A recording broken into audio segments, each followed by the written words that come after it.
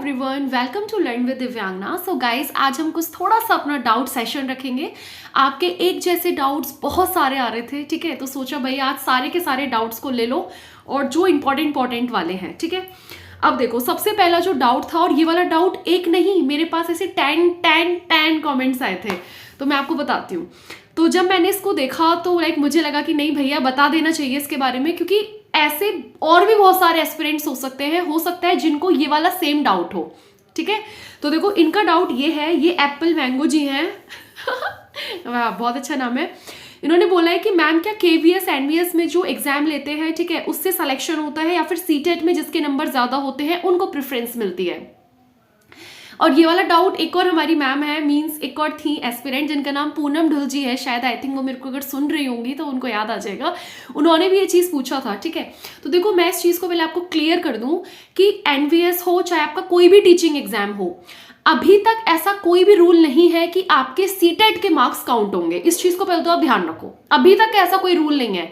CTET सिर्फ और सिर्फ आपका एक एलिजिबिलिटी टेस्ट है, उसको आपको कैटेगरी वाइज, ठीक है, क्लियर करना इंपॉर्टेंट होता है कि जनरल 90 मार्क्स पे क्लियर है, उसके बाद SC ST OBC 82 पे क्लियर है।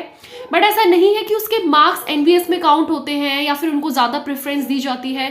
प्रेफरेंस जो भी कुछ मिलेगी वो सिर्फ और सिर्फ आप जितना भी रिटन एग्जाम में स्कोर करते हो, आप जितना भी इंटरव्यू में स्कोर करते हो, उसकी एक फाइनल मेरिट के बेस पर आपको प्रेफरेंस दी जाती है, ठीक है। अभी तक सीटेट का ऐसा कुछ भी नहीं है।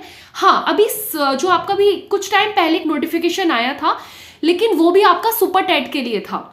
जो यूपी का भी एस्टेट होने वाला है ना, देखो कब होता है, तो अभी भी उस चीज में, अभी भी उसमें ये चीज एकदम कंफर्म नहीं है कि ऐसा कुछ होगा।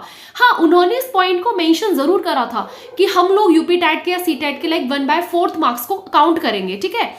लेकिन अभी तक ऐसा कुछ हुआ नहीं है और शायद इस बार ना हो सकता है अगली बार से हो जाए, या जैसा भी है वो अभी इस चीज पे कुछ भी श्योरिटी नहीं है, ठीक है, जहां तक इस बार से नहीं होगा। बाकी ये चीज पता चलेगी कि कब से होगा नहीं होगा, उससे पहले आप लोगों को फिर से एक बार यूपी टेट का भी मौका मिल जाएगा। तो अगर ऐसा कुछ होता है तो फिर आप लोग थोड़ा सा उसमें अपने मार्क्स को एक्स्ट्रा ऐड करेंगे, ठीक है, अगर ऐसा कुछ हुआ तो। बट अभी तक केवीएस में, एनवीएस में, जितने भी सेंट्रल एग्जाम है, ऐसा अभी तक कुछ भी नहीं है। लेकिन जो आने वाली जनरेशन है, जो बच्चे आगे फ्यूचर के अंदर सीटेट वगैरह देने वाले हैं, उनसे मैं यही चीज बोलूंगी कि आप लोग इस तरीके से पढ़ो। किसी भी एग्जाम को जो आपको पढ़ना है ना, उसको सिर्फ ऐसे हवा में मत पढ़ो, कोशिश करो कि उसमें आप अच्छे से अच्छा स्कोर कर पाओ। क्योंकि अगर आप सीटेट बहुत अच्छे से पढ़ लेते हो तो उसकी जो सीडीपी होती है, जो उसके अदर सब्जेक्ट्स होते हैं, उसका आपको आने वाली जो आगे आपकी आगामी परीक्षाएं होती हैं उनमें उसको आपका लाभ जरूर मिलता है ना। तो आप कोशिश ये करेंगे कि सीटेट को सिर्फ ना केवल एलिजिबल होने के लिए पढ़ा जाए, बल्कि कोशिश ये करी जाए कि अगर हम सीटेट की तैयारी भी करते हैं तो उसमें अच्छे से अच्छे मार्क्स हम लोग कैसे लेके आए, ठीक है। बट ऐसा कुछ नहीं है, आप सिर्फ फिलहाल एनवीएस वेनवीएस में अपना जो आपका रिटन स्कोर होगा और इंटरव्यू वगैरह, उसके बेस पे मेरिट बनेगी। सीटेट का यहाँ पे कोई लेना देना नहीं है, ठीक है। पहली चीज क्लियर होती है।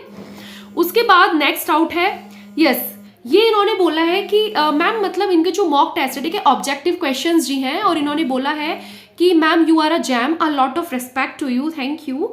एंड मैम, मेरे मॉक में मार्क्स इस तरह आए हैं, ठीक है, 136, 142, 129, 137। पहली बात तो काफी अच्छे आपके मार्क्स आ रहे हैं, लेकिन यस, आपको 150 प्लस लेके जाना है।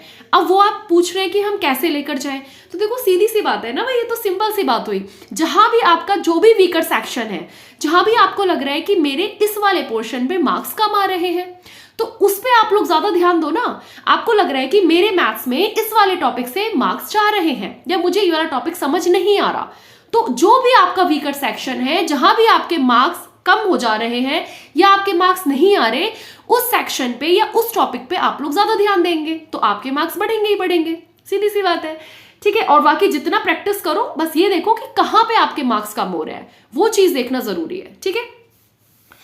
उसके बाद नेक्स्ट क्वेश्चन था एक नम्रता के नए वीडियोस जी का, मैम मैथ्स की बुक बताइए सुपर टेट के लिए।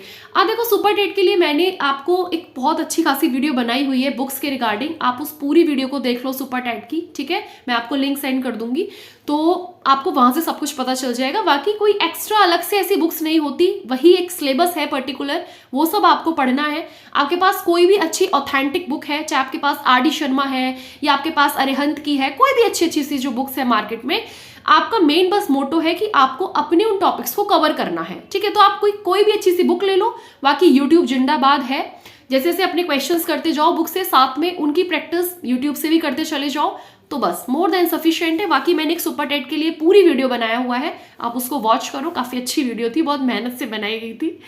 इसके बाद नेक्स्ट है गौरव यादव जी का, टीजीटी के लिए बेस्ट बुक बताइए पेडागोजी की। देखो पीआरटी की पेडागोजी, टीजीटी, पीजीटी सबका सिलेबस एकदम से सेम है, ठीक है, कोई ऐसा डिफरेंस नहीं है, तो आपको बुक वही सब सेम फॉलो करनी है। अभी अगर मैं देखो एक पर्टिकुलर एक बुक की बात करती हूँ, तो ऐसी कोई भी बहुत अच्छी बुक मेरे को नहीं कोई ऐसी नजर आई कि जिसमें आपको सारी चीजें मिल जाएंगी, क्योंकि देखो अगर आपके पास डीएलएड की बुक्स हैं और आपके पास जो आपने सपोज बीएड वगैरह करा है, तो काफी सिलेबस आपका उनमें भी कवर हो जाता है, तो वहां से भी आप लोग कर सकते हो। इसके अलावा देखो मार्केट के अंदर ना अभी कुछ टीचर्स की भी बुक आई हैं, ठीक है, तो उनको भी आप लोग एक बार परचेज करके देख सकते हो, उनका रिव्यू वगैरह देख लो कैसा है कैसा नहीं है। एक आध दिन में मैं भी एक रिव्यू करने वाली हूँ बुक्स का, एक दो बुक्स हैं, तो ठीक है, आप चाहे तो किसी टीचर की बुक भी ले लो, क्योंकि अब आपको जो बुक्स पढ़नी है वो न्यू जो सिलेबस है उसके अकॉर्डिंग आपको बेसिकली पढ़ना है, ठीक है। तो आप यही कर सकते हो कि जो भी टीचर्स की बुक है उन्होंने पीआरटी, टीजीटी, पीजीटी सभी के अकॉर्डिंगली निकाली है, वो सब पढ़ो। वरना बेस्ट है कि आपके पास अगर डीएड की बुक्स हैं, डीएलएड, बीएलएड जो भी आप लोगों ने किया है, बीएड वगैरह, तो उनकी बुक्स जो है वहां से भी आपका हो जाना है, ठीक है। या जो एनआईओएस के नोट्स हैं, जो इग्नू के हैं, यहाँ से आप लोग पढ़ सकते हैं। जो एनसीईआरटी है साइकोलॉजी की, मेन है कि बस अपना टॉपिक सर्च करो और आपको सारी चीजें मिल जाएंगी इजीली, गूगल सर्च करोगे ना तो मिल जाएगा। तो कोई ऐसी पर्टिकुलर बुक तो वही है कि फिर आप किसी टीचर की बुक भी परचेज कर सकते हो। स्टूडेंट से आप लोग रिव्यू ले लीजिए, काफ़ी स्टूडेंट्स ने, एस्पिरेंट्स ने परचेज करी हुई है, आपको वीडियोस के नीचे ही आधे ज़्यादा रिव्यूज़ मिल जाते हैं, है ना, तो आप ऐसे कर सकते हो। उसके बाद है मैम एनवीएस टीजीटी का रिजल्ट कब तक आएगा, प्लीज रिप्लाई, सुरभि कुमारी जी। जी यस, देखो अगर हम एनवीएस टीजीटी का रिजल्ट की बात करते हैं तो जैसा कि मैंने आपको पहले भी बताया था एनवीएस के एग्जाम से पहले कि ये अपना एग्जाम भी टाइम से लेते हैं और रिजल्ट भी बहुत टाइम से निकालते हैं। जब इन्होंने लास्ट टाइम भी इनका हुआ था तो लाइक 1 महीने के बाद इनका अप्रॉक्स रिजल्ट आ गया था। तो चांसेस तो यही है कि देखो यार बिल्कुल जनवरी के एंड तक आपका रिजल्ट आ जाए एनवीएस का, वरना फिर फैब में तो आना ही चाहिए, ठीक है। तो वेट करेंगे क्योंकि अभी रिजल्ट कब तक आता है और एग्जाम कब होते हैं या वैकेंसीज कब आती है, आजकल इसका कोई भरोसा नहीं रहा, ठीक है। जब इनका मन करता है तब वैकेंसीज आती हैं, जब इनका मन करता है तब रिजल्ट ये लोग करते हैं, ठीक है। और एईएस का तो भी पीआरटी का कुछ भरोसा ही नहीं है, मतलब कुछ पता ही नहीं है कि क्या चल रहा है क्या नहीं चल रहा है, तो वो भी देखते हैं, ठीक है। बट हाँ यही है कि जनवरी एंड तक या फैब तक स्टार्टिंग में आपको देखने के लिए मिले।